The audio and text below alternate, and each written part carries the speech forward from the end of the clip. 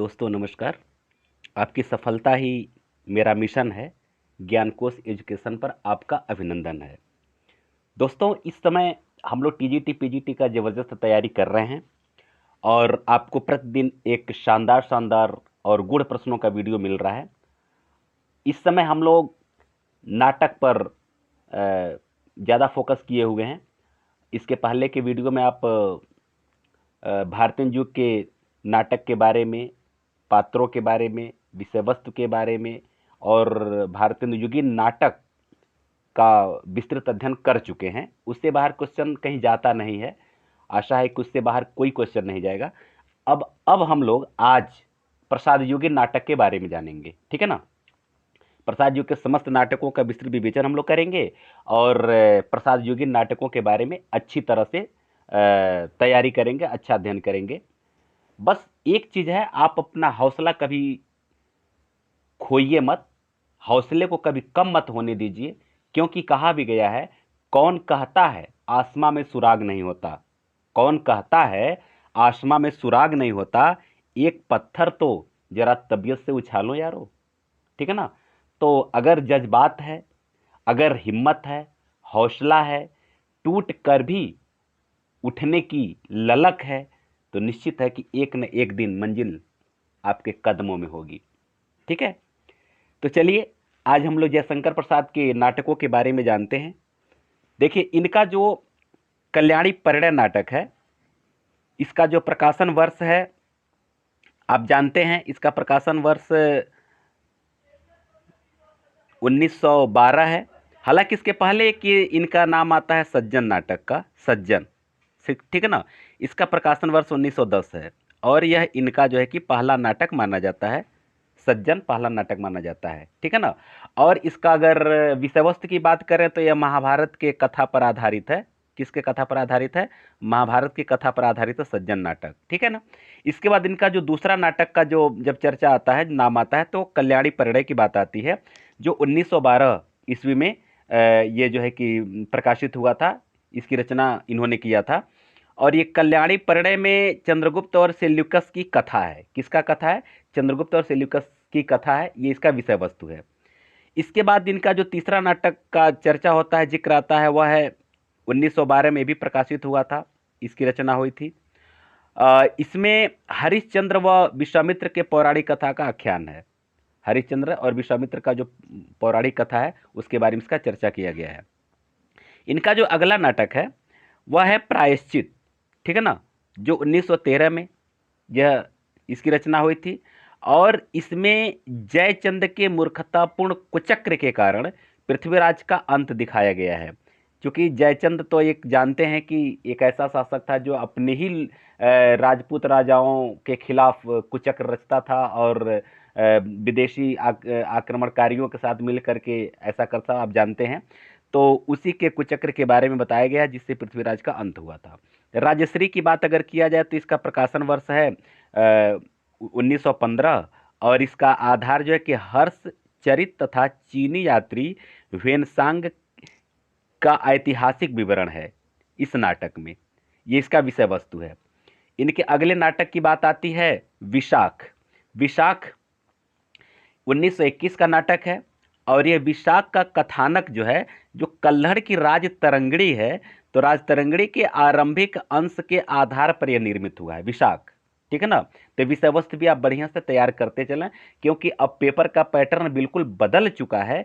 इसलिए हर एक सूक्ष्म से सूक्ष्म बिंदुओं पर हम लोगों को ध्यान देना पड़ेगा, ठीक है ना। इसलिए हर एक चीज को बारीक अध्ययन करिए ताकि कहीं कोई दिक्कत ना हो।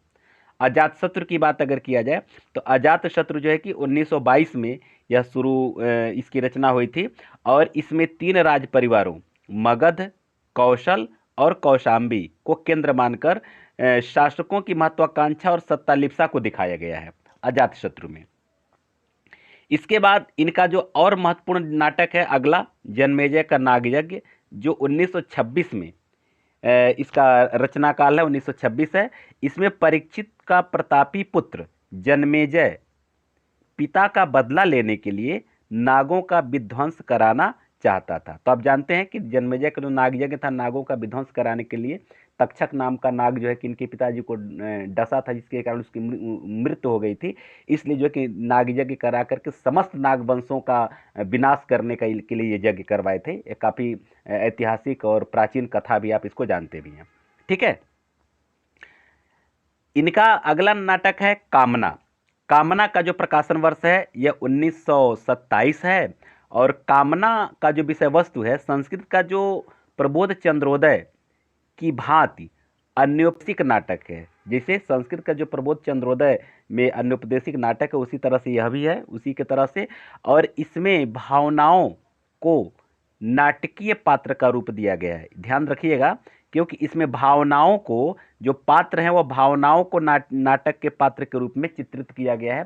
तो ये प्रश्न यहाँ से बन सकता है कि ऐसा कौन सा नाटक है इसमें भावनाओं को नाटकीय पात्र का रूप दिया गया है। आगे देखिए, स्कंदगुप्त। स्कंदगुप्त की बात अगर किया जाए तो यह, इसका प्रकाशन वर्ष है 1928। और इसमें कुमारगुप्त के विलासी साम्राज्य की उस स्थिति का चित्रण हुआ है जहां आंतरिक कलह, संघर्ष और विदेशी आक्रमण के फलस्वरूप उसके भावी लक्ष्य के लक्षण प्रकट होने लगे थे। ठीक है ना। तो ये ध्यान रखिएगा, इसमें कुमारगुप्त के विलासी साम्राज्य की स्थिति का चित्रण हुआ है जहां उसका वहां का आंतरिक कलह, संघर्ष, विदेशी आक्रमण के फलस्वरूप उसका जो मतलब भविष्य में उसका क्षय होने का लक्षण प्रकट होने लगा था। ठीक है ना। दोस्तों, वीडियो का कलेक्शन कैसा है आप हमें अवश्य बताएंगे। और एक चीज़ आप ध्यान रखिए कि आप मेरे टेलीग्राम चैनल को भी ज्वाइन कर लीजिए, क्योंकि टेलीग्राम चैनल पर प्रतिदिन मैं 10 क्विज मोड का क्वेश्चन डाल रहा हूं, जो आप वहां से बेहतर अपनी तैयारी कर सकते हैं और गूढ़ प्रश्न आपको वहां मिलेगा। आपको वहां से निराश नहीं होना पड़ेगा, ध्यान रखिएगा। तो उस टेलीग्राम चैनल का लिंक भी हमारे इस डिस्क्रिप्शन में, इसी वीडियो के, आप उसको देख लीजिएगा। इसी वीडियो के डिस्क्रिप्शन में बहुत सारे जो अच्छे अच्छे वीडियोज़ हैं, जो कि मतलब काफ़ी आप लोगों को लाभ प्रदान कर रहे हैं, उन वीडियोज़ का भी लिंक है। एक बार इसका डिस्क्रिप्शन आप जरूर खंगाल लीजिएगा। और अगर आप मेरे चैनल पर नए हैं तो मेरे पुराने साथी जानते हैं, इस चैनल के प्लेलिस्ट में TGT PGT 2021 का एक अलग प्लेलिस्ट है, TGT PGT 2022 का अलग प्लेलिस्ट है, GIC LT ग्रेड का अलग प्लेलिस्ट है, फिर उसके बाद से आप जूनियर एडेड का भी अलग प्लेलिस्ट है। इस तरह से अगर सारे प्लेलिस्टों को देखा जाए तो बड़ी अच्छे अच्छे कंटेंट यहाँ आपको मिलेंगे। और करीब 100 के आसपास वीडियो, 100 से कुछ प्लस ही वीडियो आपको यहाँ मिलेगा उससे संबंधित। ठीक है ना। तो इसलिए जो है कि आप एक बार मेरे इस चैनल के प्लेलिस्ट को भी जरूर खंगाल लीजिएगा, क्योंकि वह अगर आप नहीं देखें तो शायद आपको कुछ पश्चाताप करना पड़ेगा, शायद उसको हमको एक बार देख लेना चाहिए था। वहाँ प्रैक्टिस सेट भी है, वहाँ प्रैक्टिस सेट भी आप अपना हल कर सकते हैं, बहुत कुछ है, एक बार जरा खोल करके देखिए तो सही। आगे देखिए, एक घूंट। एक घूंट जो नाटक है यह 1930 में इसका रचना काल है। और इसमें आनंदवादी सिद्धांत को व्यवहारिक भूमि पर खड़ा किया गया है। यह एक एकांकी नाटक है। मतलब यह एक घूंट क्या है, नाटक न होकर के, बल्कि यह एकांकी है। ठीक है। चलिए, अब सबसे बड़ी बात चंद्रगुप्त के बारे में हम लोग जान लेते हैं। चंद्रगुप्त नाटक जो है यह 1931 ईस्वी में यह प्रकाशित हुआ था, क्योंकि प्रकाशन वर्ष बहुत जरूरी है, बहुत जरूरी है कि मतलब इसका प्रकाशन वर्ष क्या है, इसका रचना काल क्या है, ये जानना बहुत जरूरी है। इसका कथानक प्रसिद्ध ऐतिहासिक घटनाओं, अलेक्जेंडर का आक्रमण, नंद वंश का नाश, सेल्यूकस का पराभव और चंद्रगुप्त की प्रतिष्ठा के आधार पर यह निर्मित है यह नाटक। और इनकी अंतिम नाटक, अक्सर पूछा भी जाता है कि प्रसाद का अंतिम नाटक क्या है, तो प्रसाद का जो अंतिम नाटक है वह ध्रुव स्वामिनी, जो 1933 में इसका रचना काल है। ध्रुव स्वामिनी नाटक विशाख के देवी चंद्रगुप्त के आधार पर लिखा गया है। ठीक है ना, ये ध्यान रखिएगा, इसका विषय वस्तु है। आगे कुछ और तथ्यों के बारे में हम लोग जान लेते हैं। सन 1912 में कल्याणी परिणय का प्रकाशन नागरी प्रचारणी पत्रिका में हुआ था। और चंद्रगुप्त नाटक कल्याणी परिणय का ही परिवर्धित रूप है। यह बहुत अच्छा तथ्य है, इसको ध्यान रखिएगा, क्योंकि प्रश्न पूछा जा सकता है कि प्रसाद का कौन सा नाटक नागरी प्रचारणी सभा में प्रकाशित हुआ था, ठीक है ना। तो आप जो है कि लिख सकते हैं कल्याणी कब हुआ था, तो 1912 में। और एक प्रश्न और भी बन सकता है कि चंद्रगुप्त नाटक किसका परिवर्धित रूप है, तो कल्याणी परिणय का परिवर्धित रूप है, ठीक है ना। प्रसाद के नाटक चंद्रगुप्त का प्रकाशन 1933 में अभिनव चंद्रगुप्त के नाम से किया गया था।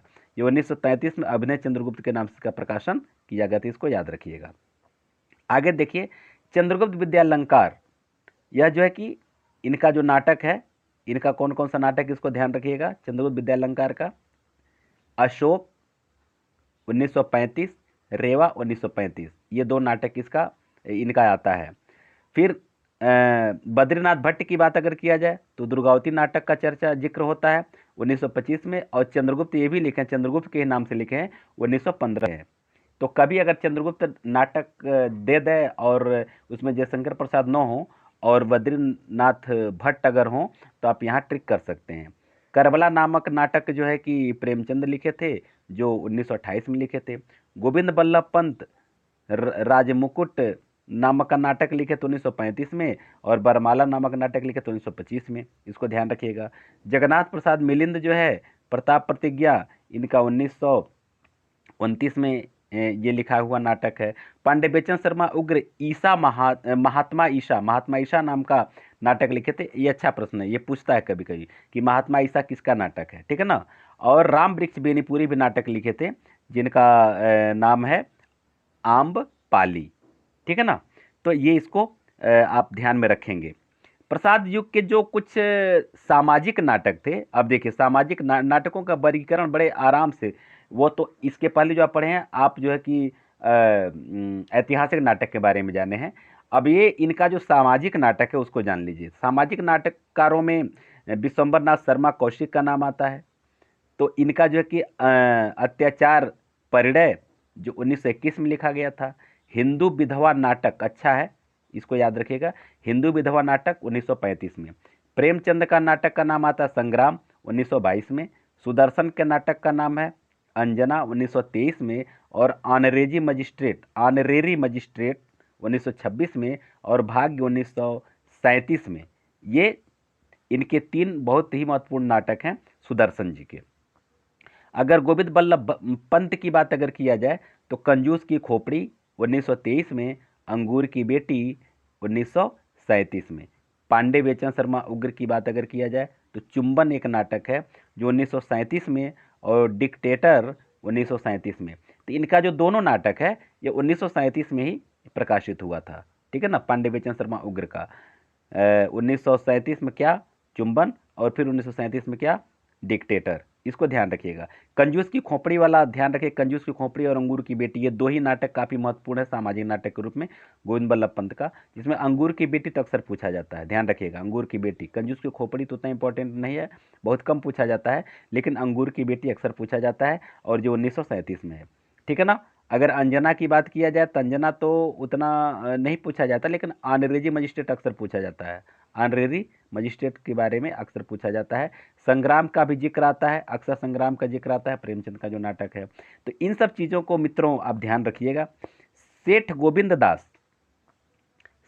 दास प्रकाश नाम का जो इनका एक नाटक है 1935 में प्रकाशित हुआ था। और उदय शंकर भट्ट का जब नाम आता है तो कमला नामक नाटक जो है कि लिखे थे। ये इनका जो है कि सामाजिक नाटक ये सब रहा है, तो इतना ध्यान रखिएगा। और सामाजिक नाटककारों की बात अगर किया जाए प्रसाद युग के, तो ध्यान रखिएगा कि विश्वंबर नाथ शर्मा कौशिक हैं, प्रेमचंद भी हैं, सुदर्शन जी हैं, गोविंद बल्लभ पंत हैं, पांडे बेचन शर्मा उग्र हैं, और सेठ गोविंद दास हैं, उदय शंकर भट्ट हैं। अगर प्रसाद युगीन हास्य व्यंग्य नाटक की बात अगर किया जाए तो हास्य व्यंग्य नाटककारों में सबसे पहला नाम आता है जेपी श्रीवास्तव का। किसका नाम आता है? जेपी श्रीवास्तव का। तो मित्रों वीडियो कैसा लग रहा है आप हमें अवश्य बताएंगे, क्योंकि आपका कमेंट हमें बहुत बल देता है, और कमेंट करना मत भूलिए, ठीक है ना। और इतने लोग वीडियो को देखते हैं, थोड़ा सा शिकायत तो नहीं कह सकते हैं, लेकिन इतना है कि एक आशा और उम्मीद हम आप लोगों से करते हैं कि वीडियो अगर आप देख रहे हैं और कंटेंट आपको अच्छा लग रहा है तो प्लीज़ एक लाइक तो कर दीजिए, क्योंकि उसमें आपका पैसा तो लगना नहीं है, लेकिन हम लोगों को एक प्रसाद के रूप में, एक इनाम के रूप में वो मिल जाता है ना, क्योंकि आप लोग अपने स्वजन हैं, और अपने स्वजन जब थोड़ा सा कुछ कमेंट करते हैं, लाइक करते हैं, शेयर करते हैं तो बहुत अच्छा लगता है, बहुत आनंद आता है और आगे और भी कुछ बेहतर करने का एक मतलब जज्बा मिल जाता है। ठीक है ना? तो इसको आप करते चलिए बस। इससे ज़्यादा मैं कुछ आपसे ज़्यादा कुछ नहीं कहने के लिए कर रहा हूँ, बस केवल एक लाइक और शेयर की बात कर रहा हूँ, ज़्यादा नहीं। ठीक है ना? नए हैं तो सब्सक्राइब कर लीजिए, ये आपकी मर्जी, क्योंकि अगर वीडियो अच्छा लगेगा तो आप ज़रूर करेंगे, मुझे विश्वास है, क्योंकि कर लेंगे तो पर डे आपको नया नया वीडियोज भी मिलेगा, पुराना वीडियो का खान तो यहाँ पड़ा होगा, आप उसको देख सकते हैं। आइए जेपी श्रीवास्तव की बात अगर किया जाए तो उलट फेर इनका एक नाटक है 1918 में, दुमदार आदमी 1919 में, गड़बड़ झाला 1919 में, नाक में दम उर्फ जवानी बनाम बुढ़ापा उर्फ मियाँ की जूती मियाँ का सर, बहुत अच्छा नाटक है ये, नाम भी काफ़ी उटपटांग दिए हैं। नाक में दम उर्फ जवानी बनाम बुढ़ापा उर्फ मियाँ की जूती मियाँ का सर। ठीक है ना? ये 1926 में प्रकाशित हुआ था। भूल चूक इनका जो नाटक है, व्यंग नाटक, 1928 में। चोर के घर छिछोर, बहुत अच्छा नाम भी काफ़ी अटपटा ही देते हैं, चोर के नाम छिछोर, 1933 में। चाल बेढप, चाल बेढप, यह 1934 में। साहित्य का सपूत 1934 में। स्वामी चौखटानंद 1936 में। मर्दानी औरत 1920 में। विवाह विज्ञापन 1927 में। मिस अमेरिकन 1929 में।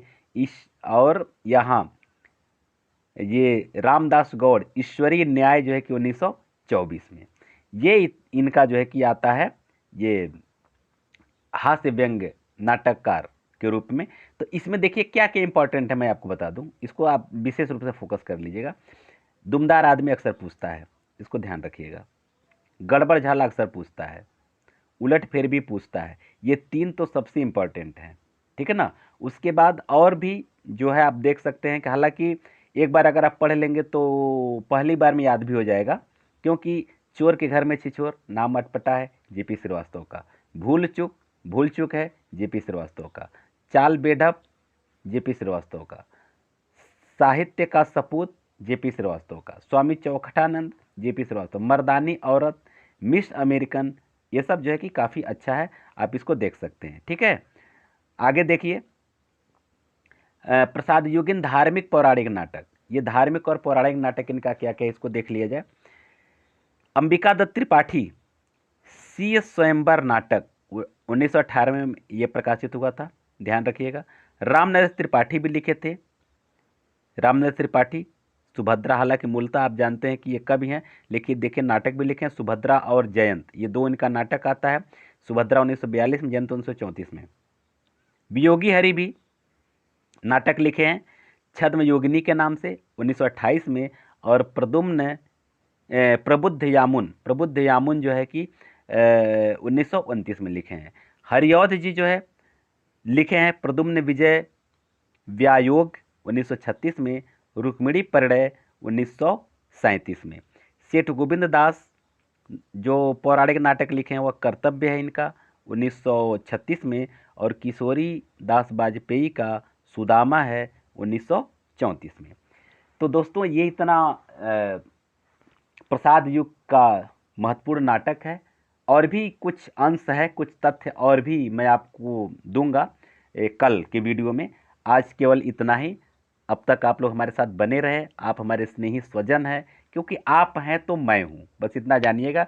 आप मेरा यहाँ कोई अस्तित्व नहीं है, आप मेरी तारीफ करते हैं, खैर तो आपकी महानता है, लेकिन मैं तारीफ उतना एक तरह से यूँ कहा जाए मैं तारीफ के योग्य नहीं हूँ बस, लेकिन आप कर रहे हैं तो बस आपका महान है, और आप इतना कद्र कर रहे हैं तो मतलब मैं गदगद हो जाता हूँ, कहीं कोई दिक्कत नहीं है।